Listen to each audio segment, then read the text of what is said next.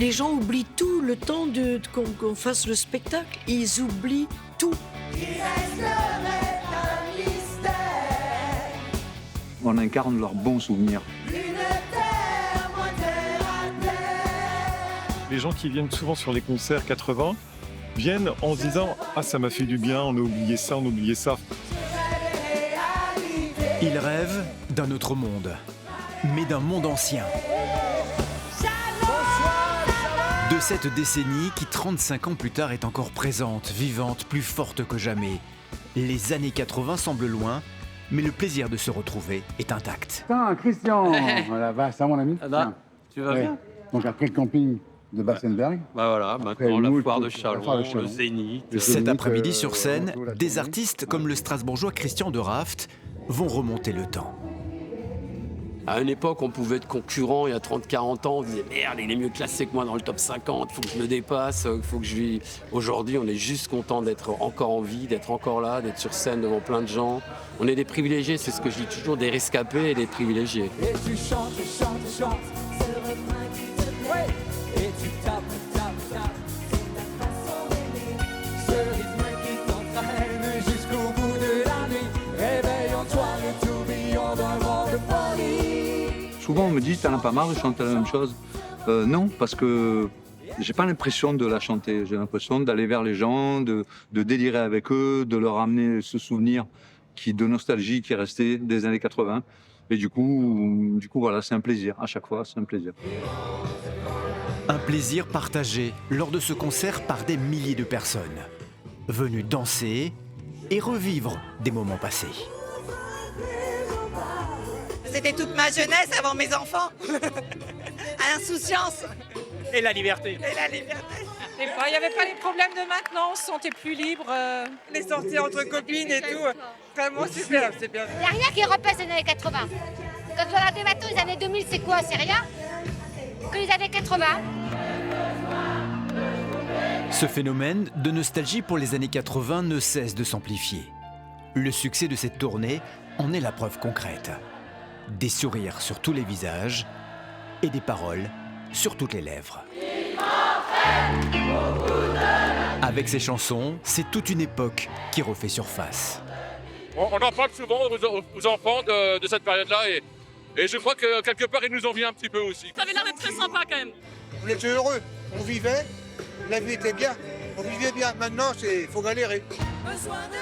En fait, leurs parents leur parlent tellement de cette période-là, où ils disaient bah oui, mais à l'époque c'était comme ça, c'était mieux ça.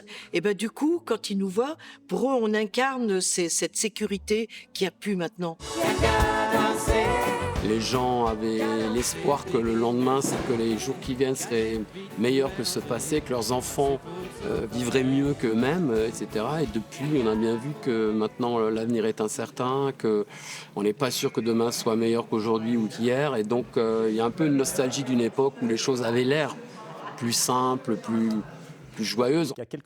Pour comprendre pourquoi cette nostalgie est si forte aujourd'hui, c'est au plus profond de notre cerveau qu'il faut chercher la réponse. Il est probable que plus les choses deviennent difficiles, plus les compétences d'adaptation sont exigées, plus il y a de souffrance ou d'inquiétude, plus le cerveau humain ou l'individu va avoir la nécessité d'aller se replonger, se ressourcer dans des choses pour lesquelles il est attaché, dans les choses où il a été bien, où il a passé des bons moments, pour aller chercher de l'énergie, de l'apaisement et retrouver une place à un moment donné dans quelque chose où il se sent en difficulté. La nostalgie, la recette du succès de cette radio. Les plus grands tubes sur Nostalgie, en direct de Strasbourg, avec notamment François Fellman. On écoutera également le groupe Gold et France Gall. Ici, les chansons des années 80 s'enchaînent. Depuis quelques années, la radio a recentré sa programmation sur cette décennie musicale. Un choix stratégique payant. Alors Nostalgie fonctionne très très bien. C'est la deuxième radio musicale de France et la première radio adulte en Alsace. On a une image de bonne humeur. Quand tu écoutes Nostalgie, tu as forcément un animateur qui va te donner le sourire, le smile, la pêche. Voilà, on est là vraiment pour donner de la bonne humeur aux gens. On a essayé d'avancer un petit peu vers les années 90 et on s'est aperçu, de par les sondages, les panels, etc., que les gens réclamaient toujours les années 80. Et les grandes tournées 80 fonctionnent hyper bien. En En 2025, il n'y a pas que la nostalgie pour ce style musical. Il y a aussi la nostalgie pour ce look qui symbolise cette décennie. Moi, je chante Besoin de rien en vue de toi. Je suis une boule à facettes. Hein. J'ai le costume tout en paillettes argent. Et il faut garder. Les gens ont besoin de revoir le style. À Strasbourg, dans ce magasin de vêtements vintage, on a les années 80 de la tête aux pieds. Pas un objet, un habit n'a moins de 30 ans. Ici, les décennies se côtoient sur les portants, mais la mode si particulière de ces années-là saute aux yeux. J'ai gardé beaucoup de choses de quand j'étais adolescente et c'est vrai que du coup c'est chouette des endroits comme ça parce que ça nous permet de retrouver des petites pièces uniques et puis des trucs qui ont appartenu, qui ont un vécu et puis aussi de nous rappeler un peu des choses de l'enfance, de l'adolescence, c'est ça qui est chouette quoi. Moi je suis née dans les années 80 et c'est vrai que c'est un peu nostalgique. Enfin, j'aime bien les fringues des années 80, quoi, les coupes, les couleurs. Après je m'habille pas tout le temps comme ça mais j'ai pas mal de pièces à la maison et on mélange avec des trucs plus actuels et tout ça. Si je trouve les matières et tout, c'était quand même plus qualitatif avant que maintenant, quoi. Des clientes à la recherche de ces styles glamour, androgynes, sexy ou colorés qui ont marqué ces années et qui redeviennent très tendance aujourd'hui. Ou de ces objets tels des Madeleines de Proust. Il y a des gens qui viennent pour s'imprégner et mentalement se plonger dans un cocon de nostalgie aussi. Je le vois. Ils viennent, ils n'achètent rien, mais ils sont éblouis, ils regardent partout. Ils me disent que ça leur rappelle là chez leur grand-mère, ou ça leur rappelle un moment, une odeur, un lieu. Donc ça leur suffit. Parfois juste de s'imprégner et s'enivrer un peu de tout ça. Ces objets-là représentent des choses importantes, permettent aussi de dessiner une personnalité, une individualité, de comprendre quelque chose de soi et d'être aligné avec quelque chose qu'on a envie d'être. Tant mieux. Mais je pense que la nostalgie a toujours existé. Et l'objet qui incarne la nostalgie, c'est lui, le disque vinyle. Les ventes de galettes noires ont dépassé celles des CD dans le monde en 2024, une première depuis 35 ans. Et les albums, sortis durant les années 80, sont recherchés par tous les âges. Donc, Supertramp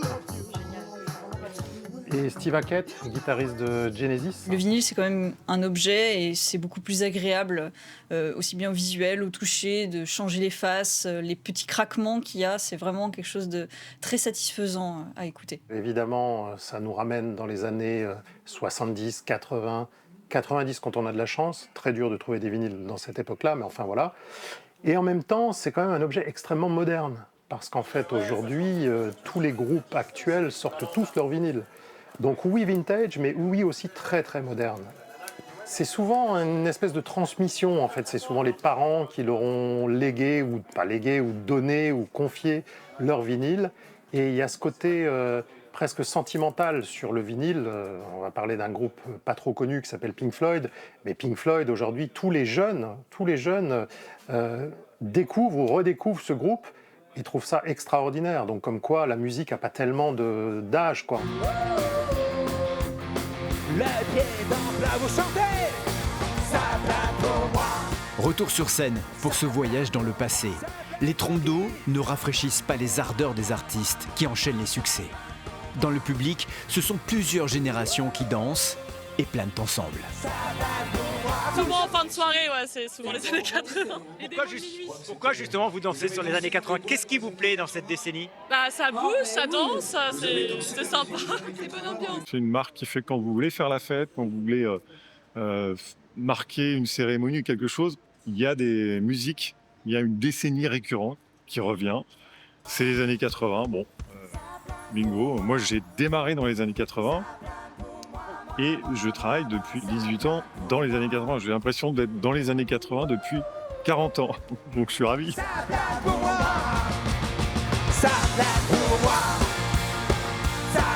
Ce qui est intéressant dans la nostalgie, c'est quand elle unit, fait partager, crée des liens. L'être humain, il est fait pour être ensemble.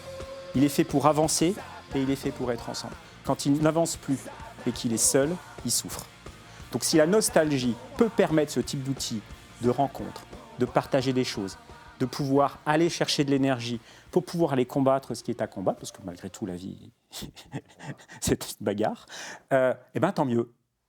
Et si en plus c'est transmissible entre les générations, c'est essentiel. Et peut-être que ce type de produit permet ça. Tout petit, la planète. Vous êtes nostalgique ou pas? Pas du tout. Pas du tout. Non, non. Moi, j'aime beaucoup ce qui se passe aujourd'hui, même musicalement, et je trouve vraiment bien qu'il se passe. Non, pas nostalgique. Je trouve que c'est un bon moment, mais je pense que j'ai vraiment cette sensation de n'avoir encore pas fait grand-chose, que le prochain album va être génial. Et ça, c'est un truc de gosse, parce que c'est toujours le prochain qui sera le meilleur. Allons nous laisser tout passer, tout lasser, tout casser. Se rappeler avec tendresse de ces moments, en oubliant que les années 80 ont aussi été marquées par l'apparition du sida, la montée du chômage, la guerre froide et le racisme. Qui reste aborigène à la fin des colonies.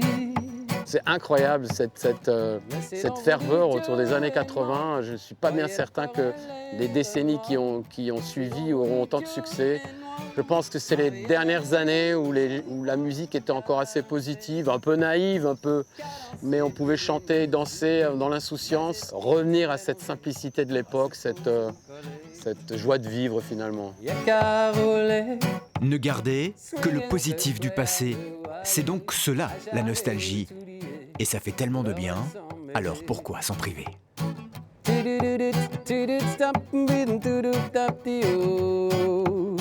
Rat-tat-tat-tat, did it stop, been to the top,